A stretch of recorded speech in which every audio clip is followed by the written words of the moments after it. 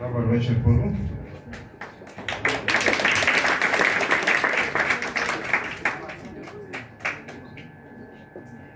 Как се казваш, момче? Отпуснал пистолета непознат. Вълкомирчо. Успокоило се върхолачето, а останало на щрек. Къде отиваш? При дядо ми Вълкослав. С каква цел? Носи му пресна закваска да подкваси издоеното мляко. Само това. И батерии за транзистора да слуша новините по радиото. Батерии. Добре, няма значение. Дядо ти гледа овце? Не. Кози? Не. Крави? Не. Биволи? Не. Перуански лами? Какво е това? Ами, червената дама се затруднила. Едни такива животни приличат на дядо чува китове. Умръзнало на върхолачето да играят на гатарки. Червената мома бавно повдигнала с лявата ръка периферията на мухоморската си шапка. Изсолил се светло рускичо, блеснали стъклено сини очи, оголемени от недоумение. Моля, сладководни бонсаи сини китове, пояснило не без гордост върхолачето. Дядо собственолапно им изкопа просторен вир, в който пасат спиродела, воден папрат и воден зюмбил. Млякото им е 10 пъти по-гъсто, хранително и полезно от биволското и ясно разбрах. Не ме интересуват подробности. А къде живее дядо ти? Отново пуснала медленото гласче червената блондинка. Ами...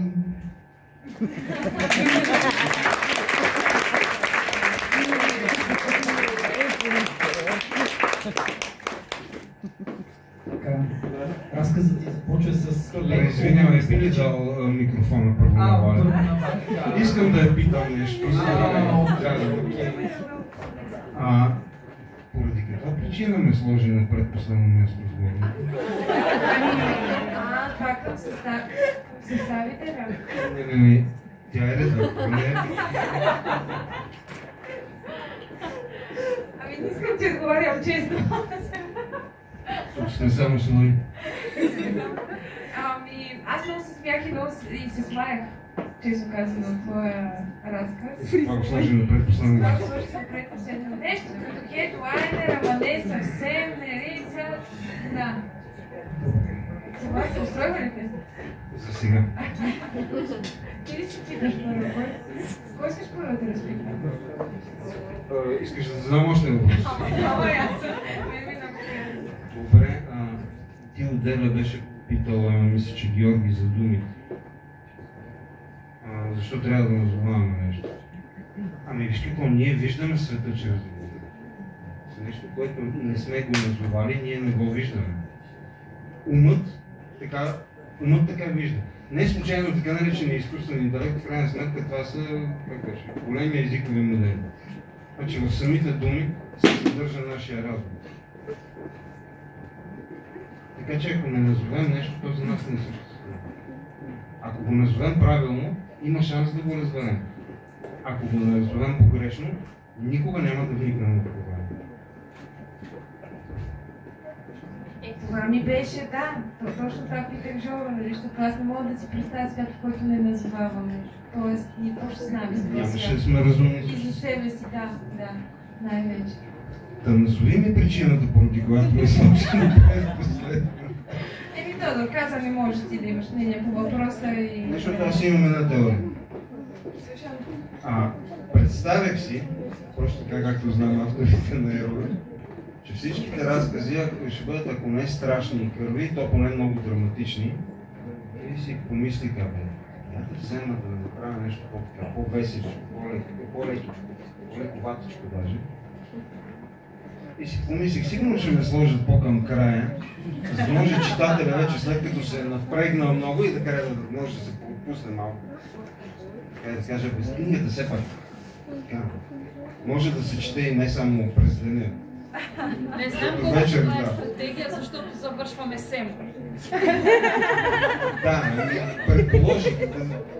Общо взето, нали, прилича наистина. Наистина, Сега вече може да пита. Ама не, чакай сега, ти кажеш по-лековато, не ми беше много лековато. Аз до последно си викам всекош и накрая имаше едни такива, Философия. доста, да. Хич не е лековато, особено човек, ако вземе там наистина да не ги скипне тия редове, да ги прочете, ама наистина няма да остане много лековато. Имаш преди, че само съм научила едно име на философия и нещо това. Сега като казвам за назоваването, ще те разкрием, че не си чак толкова по-стия работи. Той разказа си е до голяма степен философски, вие ще признаш, че ти харесва. Абсолютно признам. Аз не знам дали май ти го признах и по Viber. Аз просто искам да разберат всички за това нещо, защото Viber е много. По Viber го признах, че много ми хареса разказа наистина. Защото държах да се разчуя. Добре, хайде. така да не го изгорираме. Да. Вие ми взехте думата. Не, аз ще да започвам там, че започваш с лек хумористичен, нали, изказ и после ни удреш с някакъв метафизичен шамар накрая. Но да, видяхме идеи за цялото това нещо. Обещава ли доброто всъщност? Защото вътре навиваме ни вещици, бяла, черна тенца, бяла-черна, добрата, злата. Обещава ли всъщност доброто? Не знам, разказа стига до там, докъдето съм го написал, там нататък вече трябва да се надникне в тази реалност. Наистина не знам. Освен това, специално тук, не боравя с такива категории, не описвам нито абсолютно добро, нито абсолютно зло. Описвам относителни крайни фактори сили, които веднъж могат да се проявят като добро, друг път като зло, но наистина не исках да е нещо много тежко и задълбочено, затова не говорих за зло, което си е зло при всички случаи. Макар че за зло, което е зло при всички случаи, се пише по-лесно, отколкото за добро. Но абсолютно добро малцина биха могли да го опишат. Поне при мен сякаш не се е получило. Добре си ги умесил нещата, колаци, червени шапчици. Ами гледай сега, разказа съществуваше преди доста време в вид на една чернова, която не знае как ще приключи историята. И когато се появи идеята, нали, за сборник, то тогава се сглоби и даже се вмъкна в този момент, в който го прочетах, така почти цитирайки дядо ми и прадядо ми в някои моменти. Те се гледали китово. Не, гледаха коси, не перуански лами, нито бонсай си, ни китове. И биволи са гледали.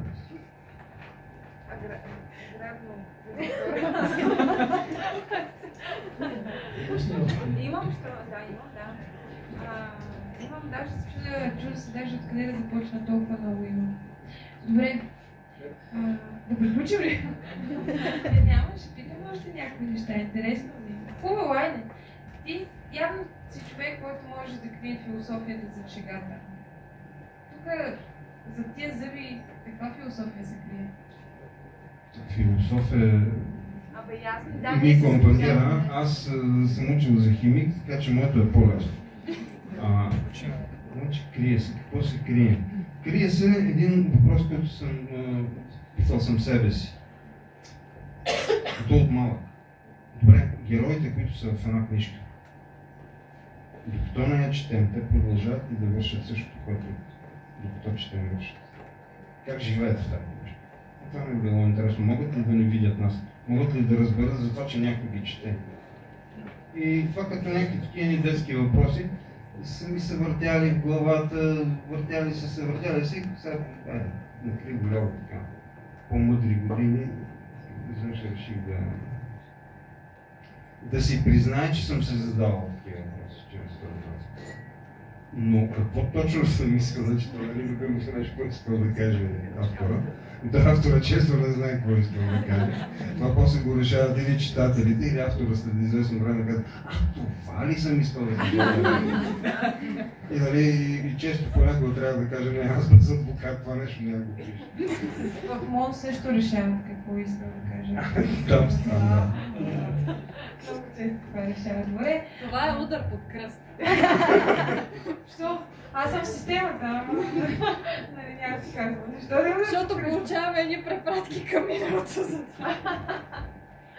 Аз само го споменах. Сега, който как се иска да го развива. Това е за тези, за детски въпроси. Стар детски въпрос. Ама имаш ли си отговор? Не те питам какъв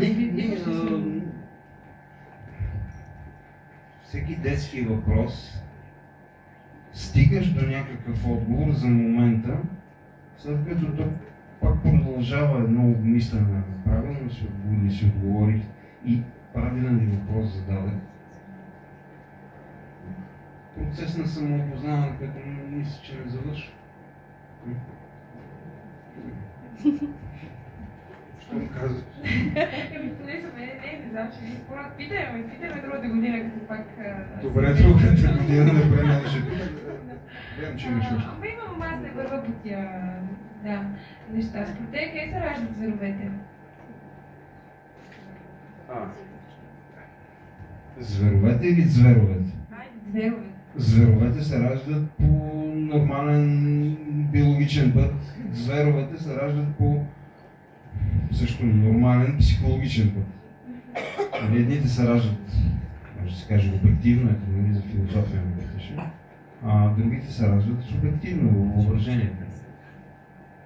Защото нали самата дума зверове означава, че става дума за нещо по-скоро приказно или нещо чуждо, ако не на нашия свят, някакво екзотично животно, тук за нашите условия, е звер. Така му казвам. Тук по Шопско така му казвам. Такова животно няма, обаче такъв звер няма. Така. А пък другите, които са приказни, те няма как да са зверове, защото са небиологични същества, психологични и подсъзнателни.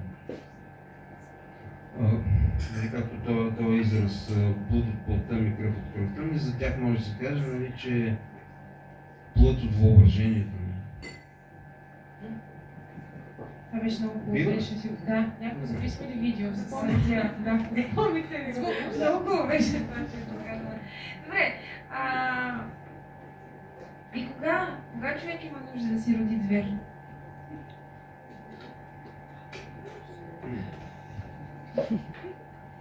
Че има нужда, може би има нужда всякога, дори тя да не е осъзната тази нужда, но самото раждане на звера вече не зависи от теб. Значи, въпреки така наречената свободна воля и планиране и пресмятане кога, къде, какво, повечето неща ни се случват сякаш сами от себе си. Това звучи ли в смисъл? Повече обичаш да се смееш или повече обичаш да философстваш? Ама честно. Повече обичам да размивам моята философия. Добре.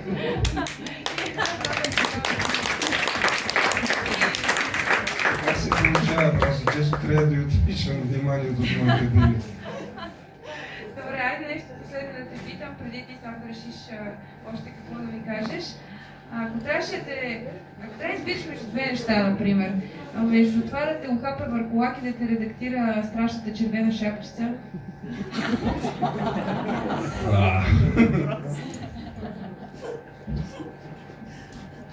На това въпрос ще трябва следващата година.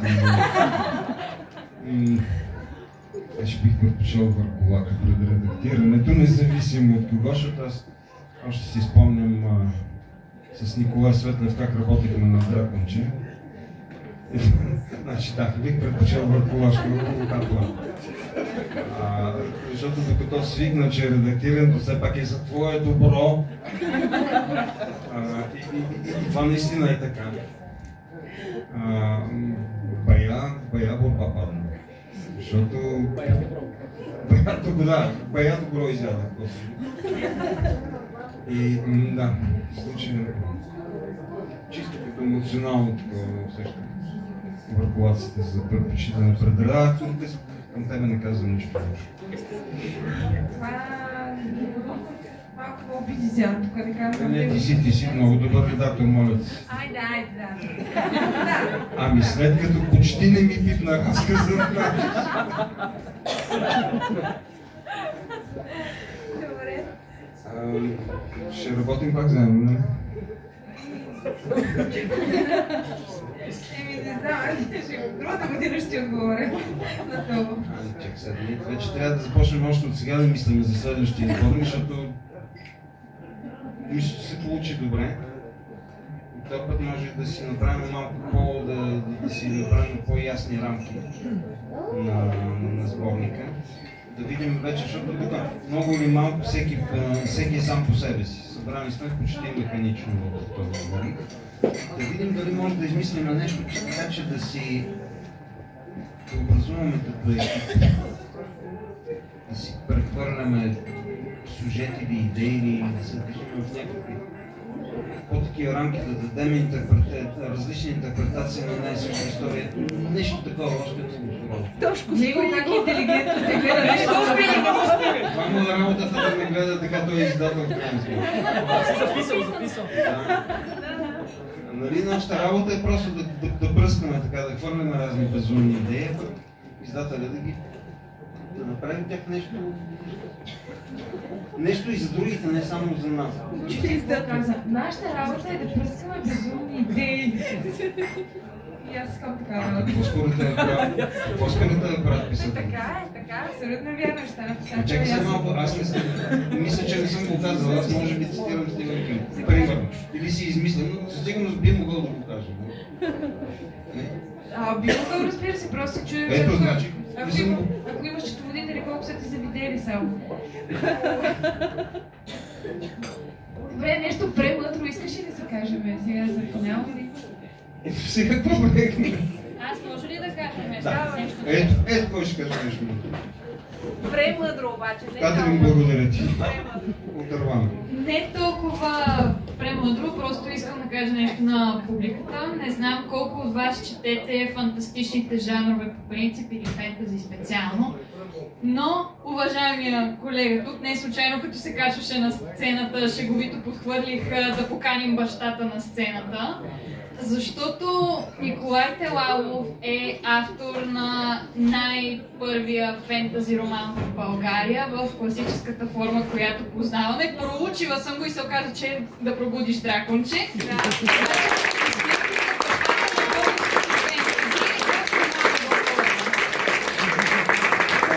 искам да кажа. Мисля, че за това си към края на сборника, защото сега, нали, почетните гости, така, нали, старшите са по-към края и Емо вече мисля, че може да се брои за старши.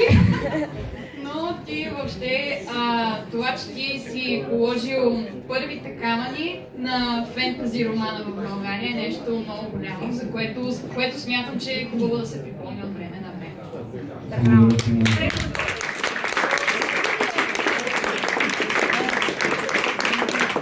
Мога ли аз само да кажа благодарност, огромна благодарност към Валентина, която е прекрасен редактор, наистина, просто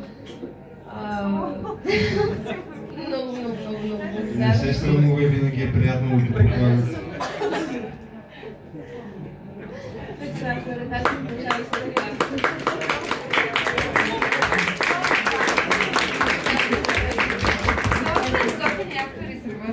Както каза Ники, като не пипаш нищо, после всички ти викат не си пипаш. Аз само прибирам парите. Не знам Това ти е работата. Това ми е работата, да. Не знам за вас, ама аз съм Благодаря. вече